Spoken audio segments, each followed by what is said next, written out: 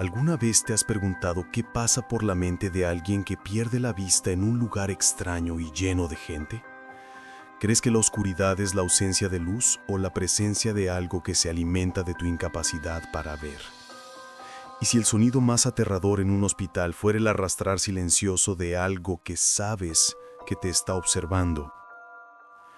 Esta es la historia de Miguel, un joven técnico de mantenimiento que trabajaba en el Hospital Oftalmológico Saint-Hilaire, conocido por su pabellón F, el ala de pacientes con lesiones oculares graves o ceguera temporal, donde todos los pacientes llevaban vendajes gruesos. Miguel estaba en el turno de madrugada, encargado de arreglar un fallo en el sistema de climatización del pabellón F. Eran las 4:15 de la mañana. El pabellón F era un laberinto de habitaciones idénticas, iluminado con una luz azul tenue, casi oscura, diseñada para no molestar a los ojos vendados. El silencio era perturbador, roto solo por el pitido distante de un monitor. Miguel estaba arrodillado frente a un panel de control, en medio del pasillo.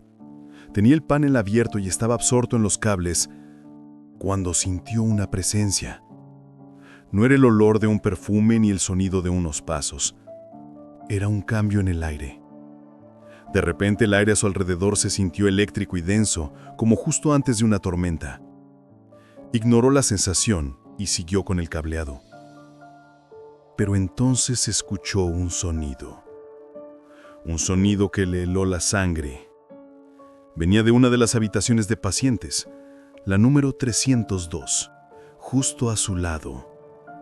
Era un sollozo bajo y ahogado, seguido de un sonido de tela raspando tela, como si alguien se estuviera quitando un vendaje de forma desesperada. Miguel sabía que los pacientes del pabellón F tenían prohibido tocarse los vendajes, un acto que podría causar daños permanentes. Se levantó y se acercó a la puerta 302. Tocó suavemente.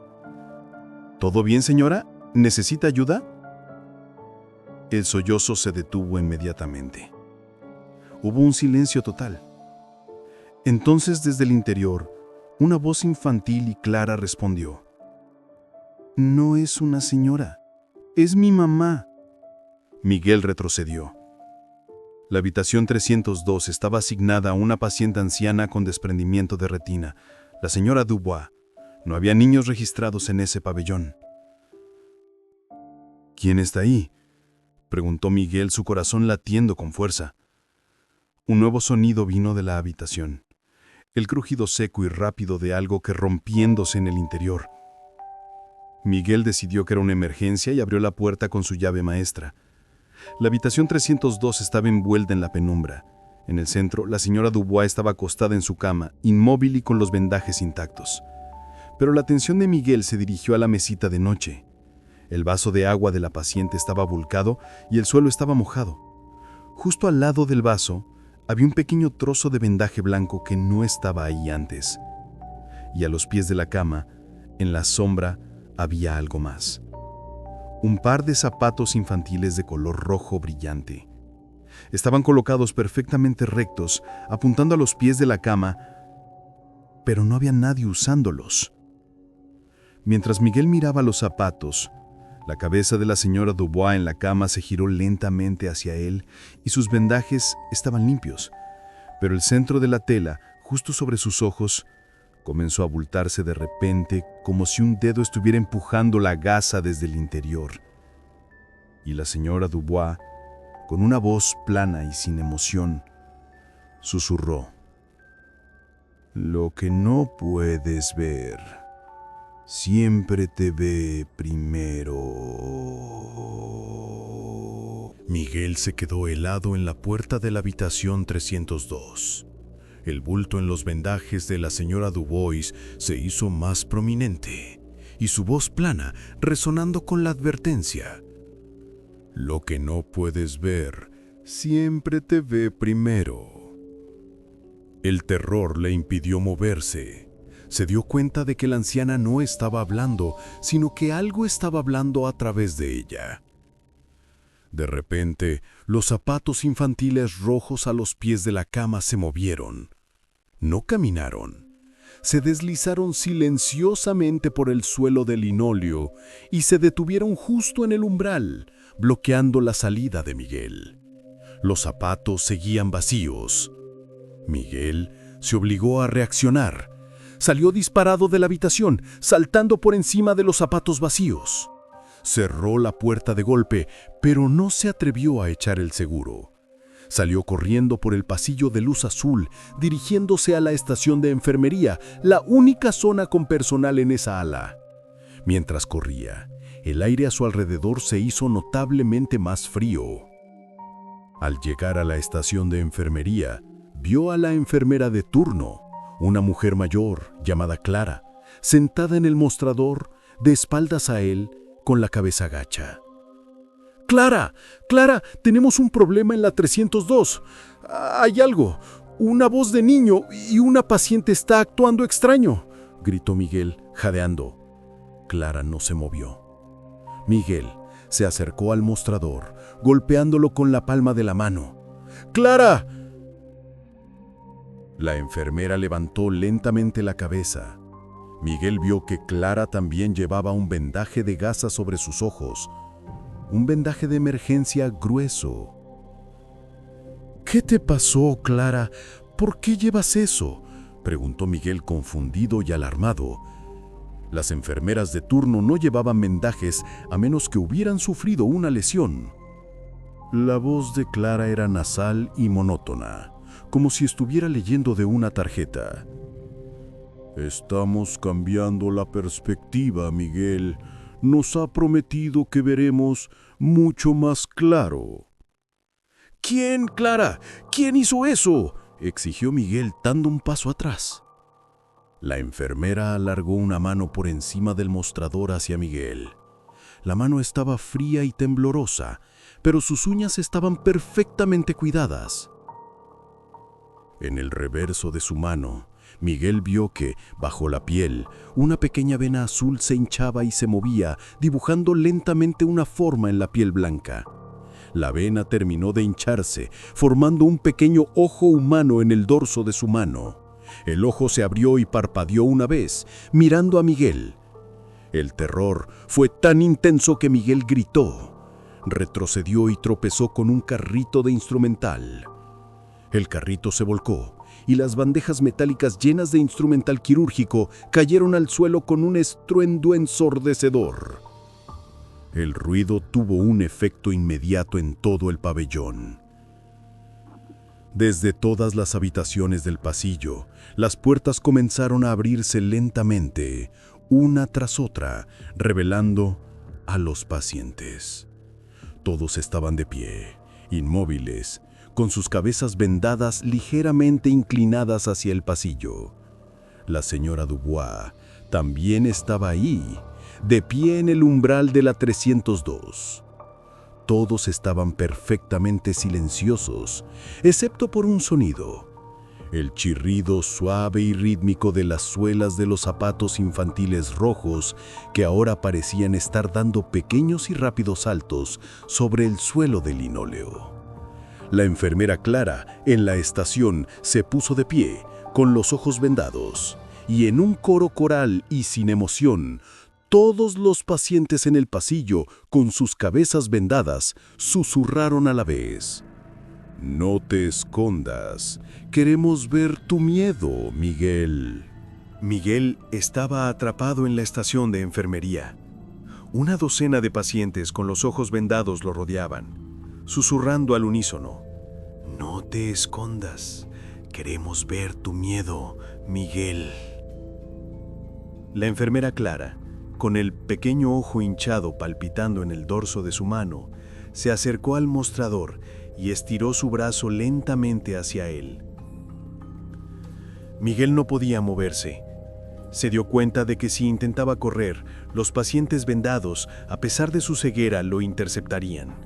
Había demasiados. En ese momento de terror paralizante, el chirrido de los zapatos infantiles rojos se hizo más fuerte. Los zapatos no estaban en el suelo. Saltaban rítmicamente justo detrás de la línea de pacientes, como si una cuerda invisible los estuviera haciendo bailar. Miguel vio su oportunidad. Tenía que apagar el pabellón F. El panel de fusibles principal para esa ala estaba en un pequeño cuarto de suministros al final del pasillo, a unos 30 metros. Con un grito sofocado, se lanzó sobre el mostrador de la estación de enfermería, pasando por encima de la enfermera Clara. Al caer al otro lado, escuchó un fuerte clang metálico. La enfermera Clara había golpeado el mostrador con la mano del ojo. El golpe fue la señal. Los pacientes vendados se lanzaron hacia adelante. No corrían, sino que se movían con pasos rígidos y lentos, pero su cobertura era total. El pasillo se llenó de un arrastrar suave de batas y el sonido seco de los vendajes. Miguel corrió por el pasillo. Al pasar junto a la habitación 305, sintió una mano fría que se extendía desde la puerta y le agarraba el tobillo. Cayó de bruces, golpeándose la frente contra el suelo de linóleo.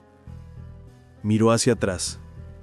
Una mano esquelética y vendada, con los dedos largos, lo sujetaba. La mano se retiró hacia la oscuridad de la habitación 305, y el paciente en la puerta susurró: «Te vi».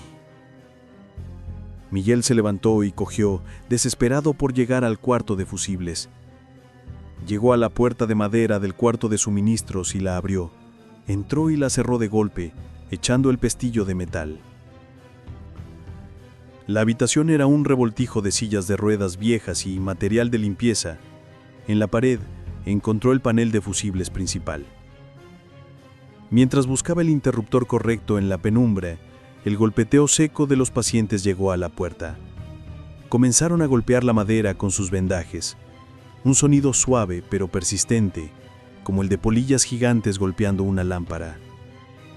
«No te puedes esconder, Miguel», susurró la voz de la señora Dubois a través de la puerta. Miguel encontró el interruptor principal. Era una palanca grande y oxidada. La agarró y tiró hacia abajo con todas sus fuerzas. Un fuerte thunk eléctrico resonó. El pasillo entero se quedó a oscuras. La tenue luz azul se había ido. Solo la luz de emergencia del pasillo, roja y débil, parpadeaba. El ruido de los pacientes se detuvo. Hubo un silencio total. Miguel se apoyó contra la pared tratando de recuperar el aliento. Había cortado la energía. En ese silencio, escuchó un nuevo sonido. Venía de dentro del cuarto de suministros. Era un rasgar rítmico que venía detrás de una pila de sillas de ruedas apiladas. El sonido se parecía al que había escuchado antes en la 302. Tela rasgando tela. ¿Hola?, preguntó Miguel, apuntando con la linterna de su teléfono. La linterna se encendió y enfocó un rincón. Ahí, en la oscuridad, una pequeña figura estaba sentada en una silla de ruedas. Era la figura de un niño, vestida con una bata de hospital. Su cabeza estaba inclinada sobre su regazo. El niño se estaba quitando a tirones el vendaje de gasa que cubría sus ojos. Miguel vio cómo el niño tiraba del vendaje y la gasa se deshacía en el aire como a seña. El niño levantó la cabeza y miró directamente a Miguel. Pero no tenía ojos. Donde deberían estar los ojos, solo había dos cuencas vacías y oscuras que parecían absorber la luz de la linterna. Y de esas cuencas vacías, una lágrima oscura y gruesa, parecida a petróleo, comenzó a deslizarse lentamente por su mejilla. Miguel estaba cara a cara con la fuente del horror. El niño sin ojos sentado en la silla de ruedas. Las cuencas oscuras y vacías del niño lo miraban fijamente, absorbiendo la luz de su linterna, mientras una lágrima espesa y oscura le corría por la mejilla. «Mamá, ya no me ve», susurró el niño con la voz clara y aterradora que Miguel había escuchado antes. En ese momento, la silla de ruedas se movió sola hacia Miguel, deslizándose silenciosamente sobre las varillas y los objetos en el suelo. Miguel levantó su teléfono, preparado para lanzar lo que fuera. pero el niño se detuvo a pocos centímetros. ¿Por qué no estás vendado, Miguel?, preguntó el niño. Si quieres ver, tienes que ser ciego primero. El niño extendió su mano, pequeña y pálida, hacia la cara de Miguel. La mano no era la de un niño normal. Sus dedos eran inusualmente largos y terminaban en uñas afiladas y negras. Miguel retrocedió de golpe, tropezó con una pila de sábanas y cayó de espaldas, golpeándose la cabeza. La linterna de su teléfono se apagó. Se encontró en la oscuridad total, solo con el sonido de la respiración sibilante del niño en la silla de ruedas, justo a su lado. De repente, una pequeña mano afilada se posó en su mejilla. Era terriblemente fría. «Cierra los ojos, Miguel», susurró el niño. «Solo quiero tus ojos brillantes». El pánico se convirtió en un instinto primario. Miguel se revolvió, golpeando el aire. Su puño golpeó algo duro, un mango de metal de una escoba. Lo agarró y lo blandió a ciegas. Escuchó un ruido metálico que venía de la silla de ruedas, como si la escoba hubiera golpeado el reposabrazos, seguido de un grito agudo y furioso del niño. El niño se retiró. Miguel se levantó con el palo de escoba como arma. De repente, el pestillo de la puerta del cuarto de suministros comenzó a sonar. Alguien estaba forzándolo desde el exterior. «Abre la puerta, Miguel. Es hora de que te vendes», gritó la voz monótona de la enfermera Clara desde el pasillo. Miguel se dio cuenta de que si no salía, los pacientes vendados lo atraparían. Tenía que volver al pasillo. Apuntó el palo de escoba hacia donde creía que estaba el niño y con un grito de guerra abrió la puerta y salió disparado al pasillo oscuro. El pasillo, sin energía, estaba iluminado solo por la luz de emergencia roja que lo hacía parecer aún más aterrador. Los pacientes con los ojos vendados lo estaban frente a la puerta. Habían formado un círculo alrededor de él en el centro del pasillo. En el centro del círculo, justo a sus pies, los zapatos infantiles rojos estaban ahí. Pero ahora no saltaban.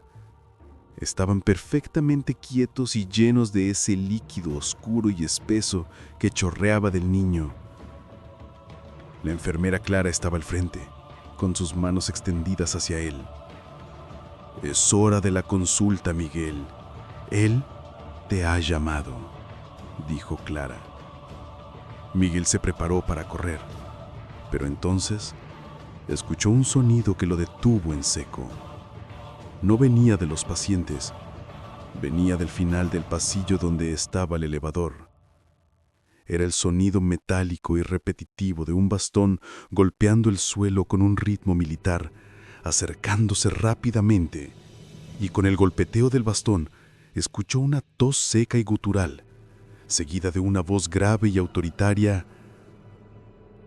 «Suficiente, niños. La hora de la visita ha terminado. Ese miedo es mío». Miguel estaba atrapado en el círculo de pacientes vendados. El niño sin ojos y la enfermera Clara lo acechaban. Pero el ambiente se tensó con la llegada del nuevo sonido. Un bastón golpeando el suelo con ritmo marcial, acompañado por una tos seca y autoritaria. La voz grave que resonó en el pasillo. «Suficiente, niños. La hora de la visita ha terminado. Ese miedo es mío». Los pacientes vendados y la enfermera Clara se detuvieron inmediatamente. Sus cabezas, antes inclinadas hacia Miguel, se giraron al unísono hacia el final del pasillo, donde se acercaba la figura con el bastón. Parecían asustados, o al menos sometidos. El golpeteo del bastón se acercó. Finalmente, una figura alta y corpulenta apareció en la tenue luz roja de emergencia. Era un médico anciano, vestido con un uniforme de cirujano antiguo, con una bata de hospital gruesa y de color verde desvaído. Llevaba una visera protectora en lugar de gafas. El médico se detuvo, usando su bastón de metal como apoyo. El bastón tenía una forma extraña en el pomo, como un ojo humano tallado en hueso.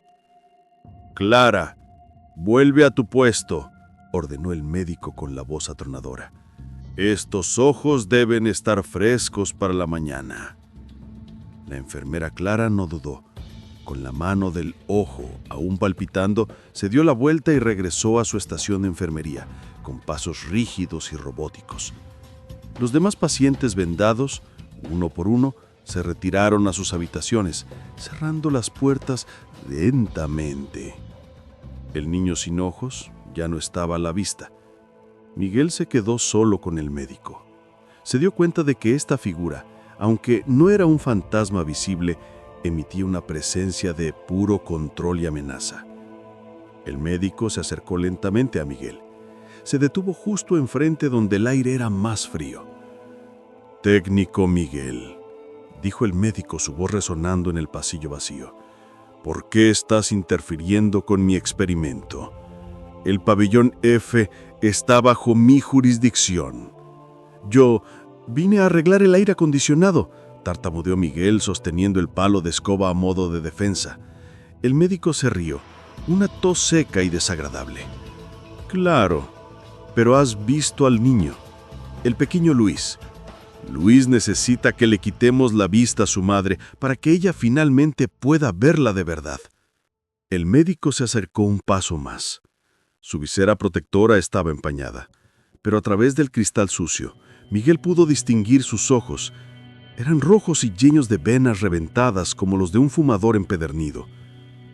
«Ahora tú tienes miedo, y el miedo es una cosa que se puede diagnosticar», continuó el médico.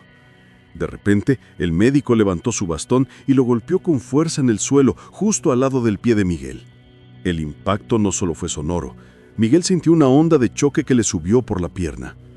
En el mismo instante, la luz roja de emergencia del pasillo, que estaba justo encima del médico, se rompió.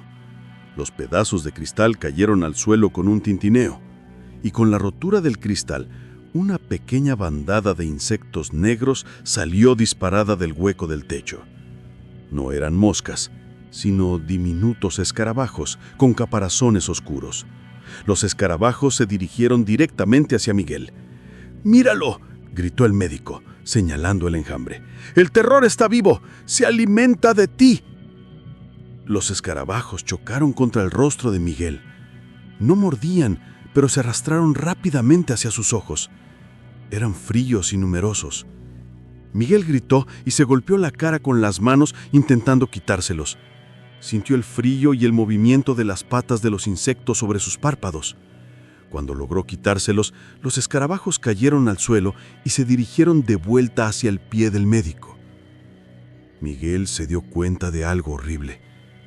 Los escarabajos estaban saliendo del agujero en el techo, pero regresaban al médico. Él era su fuente o su protector. El médico sonrió con satisfacción. «¿Ves, Miguel? Ahora sabes que estamos aquí y sabes lo que significa». «¿Qué significa?», preguntó Miguel temblando. El médico se acercó, puso su mano helada sobre el hombro de Miguel y le susurró al oído con una voz que era puro veneno. «Significa que ya no te atreverás a cerrar los ojos». Javier se quedó inmovilizado por la presencia del médico, el doctor Saint-Hilaire, el fundador del hospital y la figura más terrorífica del pabellón. La sentencia del doctor resonó en sus oídos. «Significa que ya no te atreverás a cerrar los ojos». El médico no se movió, manteniendo su mano fría y pesada en el hombro de Miguel. Los diminutos escarabajos negros que habían salido del techo ahora pululaban alrededor de sus zapatos, esperando. Miguel sintió una picazón intensa en sus párpados, una paranoia instantánea de que los insectos todavía estaban ahí o que el niño invisible lo estaba observando. «¿Qué quieres?», preguntó Miguel, apenas un susurro. «Quiero que veas la verdad, técnico», respondió el médico con una risa seca. «La vista física es un engaño. Solo el ciego puede ver mi obra. Ahora que el miedo está en ti, puedes ver, oirás, pero si duermes, si cierras los ojos, ellos te llevarán al pequeño Louis. El médico se retiró lentamente, dando un paso hacia atrás. «La sala de máquinas está por ahí», dijo, señalando un pasillo lateral oscuro. «Si quieres salvar tu vista y tu vida, tienes que destruir la fuente de mi luz. Pero no te demores, el niño y sus ojos te esperan». Dicho esto, el médico golpeó el suelo con su bastón y con un giro abrupto desapareció en la oscuridad del pasillo opuesto, el que llevaba a las habitaciones de los pacientes. Los escarabajos se levantaron del suelo y lo siguieron, arrastrándose rítmicamente. Miguel se quedó solo en la penumbra del pasillo. Tenía que ir a la sala de máquinas. Era la única manera de cortar completamente el poder y la extraña influencia que controlaba a los pacientes. Corrió hacia el pasillo lateral oscuro que el médico había señalado. Al avanzar, el ambiente se hizo cada vez más húmedo y caliente. Las paredes comenzaron a gotear agua, mezclándose con el líquido oscuro que el niño había dejado en la sala de suministros. Llegó a una puerta de metal que decía «Sala de generadores, acceso restringido». Usó la llave maestra de su llavero y abrió la puerta. El olor a combustible y aceite quemado era abrumador. La sala de generadores era un laberinto de motores humeantes y tuberías. En el centro había un enorme generador diésel que emitía un ronroneo constante y bajo. Miguel buscó el interruptor principal. Estaba en la pared opuesta. Mientras se dirigía hacia allí, escuchó un sonido. Venía de detrás del generador. Era un sonido metálico y rápido, como si alguien estuviera afinando un piano con prisa y torpeza. Miguel se detuvo. Apuntó su linterna hacia el generador. Vio una silueta delgada y encorvada moviéndose rápidamente detrás de la maquinaria. «¿Quién está ahí?», preguntó Miguel, con el corazón en la garganta. La silueta se detuvo. Hubo silencio. Luego la figura se asomó por el lateral del generador. Era una enfermera joven, vestida con un uniforme blanco impecable. Estaba de pie, pero completamente encorvada y con las manos temblando. La enfermera se acercó a Miguel. Sus ojos estaban vendados con una gasa muy fina, lo que permitía ver ligeramente la oscuridad debajo. «No deberías estar aquí», susurró la enfermera con una voz nerviosa y dulce. El doctor está recogiendo el metal. Lo necesita para la operación de Louis». Ella estiró las manos. En lugar de instrumental médico, tenía sus manos llenas de pequeños objetos metálicos, alfileres, agujas, grapas quirúrgicas y pequeños ganchos de pescado. «¿Qué operación?», preguntó Miguel. La enfermera sollozó y se llevó las manos a la cara. Los objetos metálicos rasparon sus vendajes. «Louis no quiere ver a su mamá con sus ojos malos», dijo, el pánico creciendo en su voz. «Louis quiere que su mamá tenga ojos de cristal. El doctor está cosiendo los ojos de Louis a su madre y necesita metal para sujetar el alma a la córnea». El horror de la confesión paralizó a Miguel. El médico estaba cosiendo los ojos de un niño muerto en el rostro de una paciente viva. En ese momento, la enfermera se desplomó en un sollozo histérico. Se tapó los ojos vendados con las manos y los objetos metálicos cayeron al suelo con un clatter resonante. Y en ese mismo instante, del agujero del generador diésel, donde antes había habido solo zumo, dos cuencas oscuras con bordes afilados se asomaron lentamente. El niño sin ojos estaba subido al motor, gateando hacia él. Miguel estaba atrapado en la sala de generadores. El niño sin ojos, Louis, se asomaba por el agujero del generador diésel y se arrastraba hacia él con una furia silenciosa. La joven enfermera, con las manos temblando, yacía sollozando en el suelo, rodeada de instrumental de metal.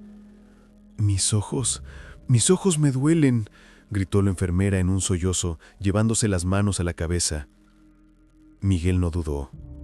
Si Louis se le acercaba, lo atraparía. Se lanzó hacia la pared opuesta, hacia el interruptor principal del generador, ignorando a la enfermera. Mientras corría, El niño se deslizó fuera del generador y cayó al suelo con un ruido sordo. Se levantó y comenzó a correr a 4 patas hacia Miguel a una velocidad increíble. Miguel sintió el aire helado que emanaba del niño. Estaba a solo unos metros del interruptor. En ese momento, la enfermera en el suelo levantó la cabeza. Sus sollozos se detuvieron y su rostro se transformó. Ella se abalanzó hacia la pila de objetos de metal esparcidos por el suelo. Con una velocidad espasmódica, recogió los pequeños ganchos de pescado y las grapas quirúrgicas y los arrojó hacia Miguel. Los pequeños proyectiles metálicos volaron afilados por el aire. Uno de los ganchos de pescado se le clavó en el brazo a Miguel, a la altura del codo. El dolor fue agudo y eléctrico. Miguel gritó y se desplomó contra el panel del interruptor. Con la mano libre agarró la palanca principal. El niño Luis estaba a solo 1 metro, gateando sobre sus piernas. Se inclinó hacia adelante y de sus cuencas oscuras salió un silbido agudo y penetrante. Miguel tiró de la palanca principal del generador con todas sus fuerzas. Un estruendo ensordecedor sacudió toda la sala de generadores. Las luces de emergencia se apagaron. Todo el pabellón se sumió en una oscuridad absoluta y total. El motor del generador se detuvo con un gemido metálico y el silencio volvió. En esa oscuridad opresiva, el silbido agudo del niño se detuvo y la enfermera que lo había atacado dejó de moverse. Javier se quedó respirando pesadamente, su brazo sangrando por la herida del gancho. Tuvo que usar su teléfono para encontrar la linterna y encenderla. La luz débil reveló la escena. La enfermera estaba tendida en el suelo, inmóvil. El niño Luis se había ido. Miguel sabía que tenía que salir de ahí. La llave maestra de bronce que había usado antes le daba acceso al resto del hospital. Salió de la sala de generadores y se dirigió hacia la puerta de salida principal del pabellón F. El pasillo sin luces ahora era un agujero negro. Miguel caminó lentamente con la linterna apuntando hacia sus pies, intentando no tropezar. Al pasar junto a una fila de sillas de ruedas apiladas, la linterna se centró en algo que no había estado ahí antes. Era un gran espejo de mano, antiguo, con un marco de plata deslustrada. Estaba apoyado contra la pared. Miguel se acercó con cautela, se inclinó y enfocó el espejo con la luz. El espejo estaba cubierto por una fina capa de condensación, como si alguien hubiera respirado sobre él. Miguel limpió la condensación con la manga, y al mirar el cristal, su linterna reflejó una imagen que no era la suya. No era el rostro del niño, era el rostro del doctor Saint-Hilaire, el médico del bastón. El doctor estaba en el reflejo, pero no estaba detrás de él, estaba en la superficie del cristal, sonriendo. El doctor Saint-Hilaire levantó una mano en el reflejo. Con su dedo índice, señaló la parte superior del reflejo, y en ese momento, Miguel sintió un aire helado que le golpeó la nuca. Al levantar la mirada hacia el techo en el reflejo, vio que, justo encima de él, una cabeza humana colgaba del techo, mirando hacia abajo. No era la cabeza del doctor Saint-Hilaire. Era la cabeza vendada de la señora Dubois, la paciente de la 302, pero su vendaje estaba parcialmente deshecho, revelando una cuenca ocular vacía y abierta que lo observaba. Miguel se quedó paralizado, atrapado entre el reflejo del doctor Saint-Hilaire en el espejo y la visión de la cabeza vendada de la señora Dubois colgando silenciosamente del techo justo encima de él. La cuenca ocular parcialmente revelada de la anciana lo miraba con una fijeza terrible. El pánico lo inundó. Se lanzó hacia atrás, alejándose del espejo y del horror que colgaba. El espejo cayó al suelo con un clash y se rompió en docenas de pedazos. En cada fragmento de cristal Miguel vio por una fracción de segundo el rostro sonriente del doctor Saint-Hilaire. Al mismo tiempo, la cabeza de la señora Dubois se retiró bruscamente hacia el techo con un sonido pegajoso, desapareciendo en la oscuridad. Miguel no esperó. Corrió hacia el final del pasillo, hacia la puerta de salida. La luz de emergencia había fallado y la oscuridad era casi absoluta, solo rota por la luz tenue de su teléfono. Llegó a la puerta principal del pabellón F. Estaba sellada. Necesitaba la llave maestra. Mientras la buscaba en su llavero, sintió una presencia inconfundible justo a su lado. El aire se condensó en un frío antinatural. Miguel levantó la linterna y enfocó el espacio a su derecha. Ahí estaba, una silueta humana, apenas discernible en la oscuridad, parada a menos de 1 metro. No emitía sonidos de respiración ni movimiento. La silueta levantó una mano hacia Miguel. La mano era pequeña y llevaba un vendaje de gasa empapado y negro. La mano vendada se acercó a su rostro. Miguel sintió la necesidad desesperada de cerrar los ojos, de ocultarse de la visión, pero recordó la advertencia del Dr. Saint-Hilaire: si cerraba los ojos, Louis lo atraparía. Con un grito mudo se cubrió la cara con el brazo. La mano vendada no lo tocó. En cambio, tiró con fuerza del vendaje que la cubría. El vendaje se rasgó con un sonido seco, revelando lo que había debajo. No era la mano esquelética del niño, era una mano de adulto, limpia y pálida. Pero donde debería estar la palma, el dorso y los dedos, solo había superficie lisa y brillante hecha de cristal pulido, como un espejo curvo. En la superficie de cristal de la mano, Miguel pudo verse a sí mismo reflejado, su rostro pálido y aterrorizado. Y entonces el reflejo en la mano de cristal se movió, su reflejo sonrió, y un par de cuencas vacías y oscuras aparecieron sobre sus ojos en el reflejo.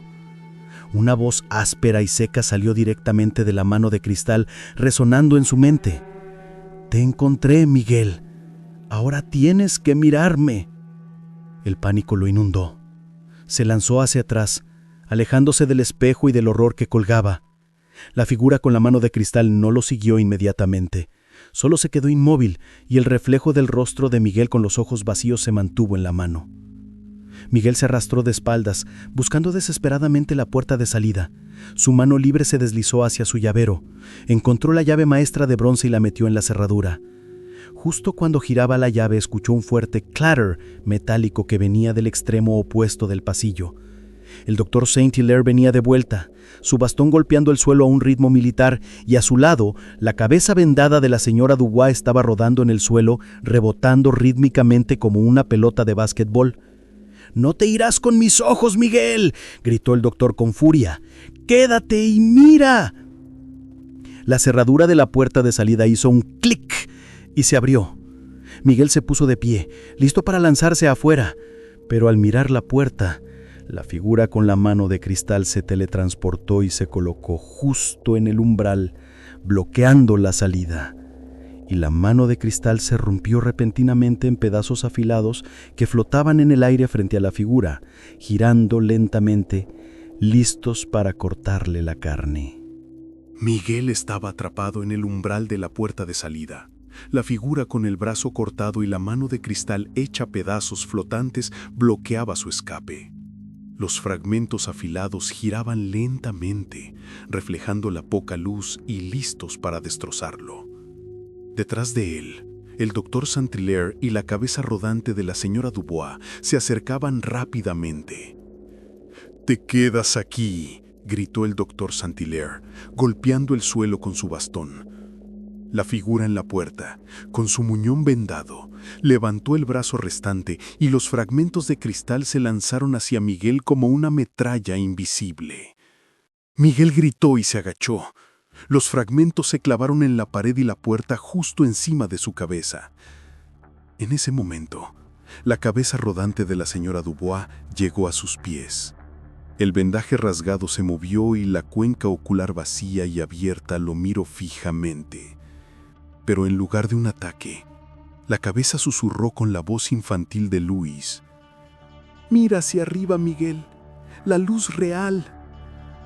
Miguel, sin entender, instintivamente miró hacia el techo, justo donde la cabeza de la señora Dubois había estado colgando antes.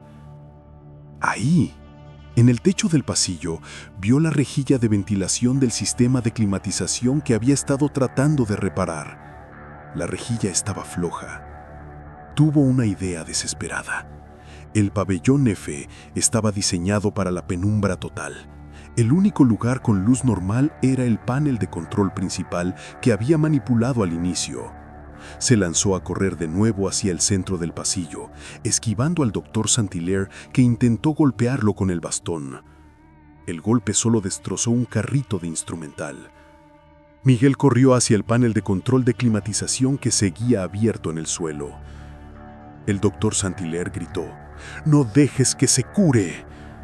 La figura de la mano de cristal se teletransportó de nuevo y apareció bloqueando el panel. Su brazo vendado se extendió.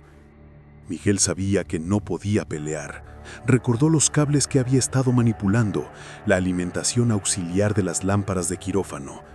Se deslizó por el suelo, bajo el brazo de la figura, y se lanzó sobre el panel de control abierto. El Dr. Saint-Hilaire estaba a pocos metros, acercándose. Miguel agarró un manojo de cables y, a ciegas, los cruzó violentamente con sus manos. Un estallido de chispas iluminó todo el pasillo. Un fuerte zumbido eléctrico llenó el aire. Y entonces, las enormes lámparas de quirófano auxiliares que estaban conectadas al sistema de climatización se encendieron repentinamente con una luz blanca, cegadora e incandescente. El efecto en el pabellón F fue catastrófico. Los espectros gritaron. El Dr. Saint-Hilaire se llevó las manos a los ojos y su visera protectora se derritió y se quemó, revelando sus ojos rojos y venosos. El médico gritó de dolor y los escarabajos negros que lo seguían explotaron en nubes de ceniza. La figura de la mano de cristal se desvaneció y sus fragmentos flotantes cayeron al suelo con tintineo. Miguel, con los ojos casi cegados por la luz, se levantó. Las puertas de los pacientes que se habían abierto se cerraron de golpe con estruendo. Los pacientes vendados se habían retirado. El Dr. Saint-Hilaire estaba de rodillas, cubriéndose la cara con sus manos, gritando: «¡Apágala! ¡Quema mi visión! ¡Quema la fe!». Miguel no lo dudó. Corrió hacia el final del pasillo, hacia la salida de emergencia que conducía al exterior. Abrió la puerta y salió disparado hacia la noche, sin mirar atrás. Corrió hasta que se encontró con la seguridad del bosque. Estaba a salvo. Su vista, aunque adolorida, estaba intacta. Se detuvo bajo la luz de una farola de la calle. Su brazo le sangraba por el anzuelo de pescado y su cuerpo estaba cubierto de cortes y sudor. Mientras recuperaba el aire, sintió un leve hormigueo en sus ojos. Se llevó los dedos a los párpados. Cuando los retiró, vio que 2 pequeños puntos negros estaban incrustados bajo la piel de sus párpados, justo donde los escarabajos lo habían tocado. No dolían, pero estaban ahí. Y entonces, una voz, la voz dulce y aterradora de Luis, susurró en su oído: «No te preocupes, Miguel. Aunque el doctor no te quería, yo siempre te veré». Javier estaba en la calle, lejos del Hospital Saint-Hilaire. Los 2 diminutos puntos negros incrustados bajo la piel de sus párpados ardían ligeramente, y el susurro del niño Luis resonaba en su oído: «No te preocupes, Miguel. Aunque el doctor no te quería, yo siempre te veré». Sabía que había escapado físicamente, pero no estaba libre de la influencia del pabellón F. El niño Luis había dejado su marca, asegurándose una forma de ver el mundo a través de él. Javier cojeó hasta que encontró una gasolinera abierta y llamó a la policía reportando un incendio. Cuando los bomberos y la policía llegaron al hospital, encontraron el pabellón F en caos, con el Dr. Saint-Hilaire en estado catatónico, gritando sobre la luz que quema la fe, y con docenas de pacientes vendados encerrados en sus habitaciones. No encontraron rastro de la cabeza de la señora Dubois, ni de la enfermera que lo atacó con instrumental de metal. Javier fue interrogado. Contó la historia del fallo eléctrico, los vapores y el pánico que le hizo forzar las luces de quirófano. La policía, viendo su estado de shock y las heridas, lo derivó a un centro psiquiátrico para evaluación, asumiendo que su mente se había roto por el estrés. Semanas después, Javier fue liberado. Había jurado no volver a acercarse a un hospital. Consiguió un trabajo tranquilo, lejos de las grandes ciudades. Trató de llevar una vida normal. Los puntos negros bajo sus párpados sanaron, dejando una cicatriz mínima, casi invisible. Pero el problema no era lo que veía. El problema era lo que oía y lo que sabía. A menudo, en medio de la noche, Javier escuchaba el chirrido suave y rítmico de unos zapatos infantiles de color rojo rebotando en el suelo, aunque no hubiera nada cerca. Una mañana, estaba en la cocina preparando el desayuno. Su cuchillo de mantequilla cayó al suelo. Javier se agachó para recogerlo. Al inclinarse, escuchó una tos seca y gutural justo detrás de él. «Cuidado, Miguel, te vas a cortar. La precisión es importante. La visión es la herramienta». Javier se levantó de golpe. No había nadie. Pero sobre la mesa de la cocina, el salero y el pimentero, que siempre estaban separados, habían sido juntados y orientados de forma extraña. Se acercó a la mesa. Los dos objetos formaban un diagrama simple sobre la mesa, apuntando a un objeto. El objeto era un recorte de periódico que Javier había dejado ahí. El titular decía: Hospital Saint-Hilaire en venta tras misterioso cierre. Y sobre el recorte, escrito con una caligrafía temblorosa, había una pequeña nota dejada con un trozo de gasa negra mojada. «Luis me extraña y necesita nuevos ojos, pero no los de un ciego». Javier sintió que el aire se congeló alrededor de él. Se llevó las manos a la cabeza, y entonces su mirada se posó en el reloj de pared de la cocina. Eran las 4:15 a.m., la hora exacta en la que el terror había comenzado esa noche en el pabellón F. En ese momento, sintió un dolor agudo en los ojos, tan intenso que tuvo que cerrarlos con fuerza. Cuando finalmente se atrevió a abrirlos, la luz de la cocina era más blanca y cegadora de lo normal, y todo lo que vio, no solo en la cocina, sino en la calle, en los edificios, en las personas, estaba distorsionado. Una línea de gasa negra y fina parecía cosida justo en el centro de su campo de visión, moviéndose cada vez que miraba. Javier ya no veía el mundo con sus propios ojos, veía a través del vendaje, y en el centro de su nueva, aterradora visión, vio la figura alta y vestida de cirujano del Dr. Saint-Hilaire, de pie justo al otro lado de la calle, golpeando el suelo con su bastón. Levantó la mano y le saludó con un gesto seco. Si el pabellón de los ojos vendados te ha impedido cerrar los ojos esta noche, síguenos y comenta tu mayor miedo a la oscuridad, para que sigamos cosechando más historias.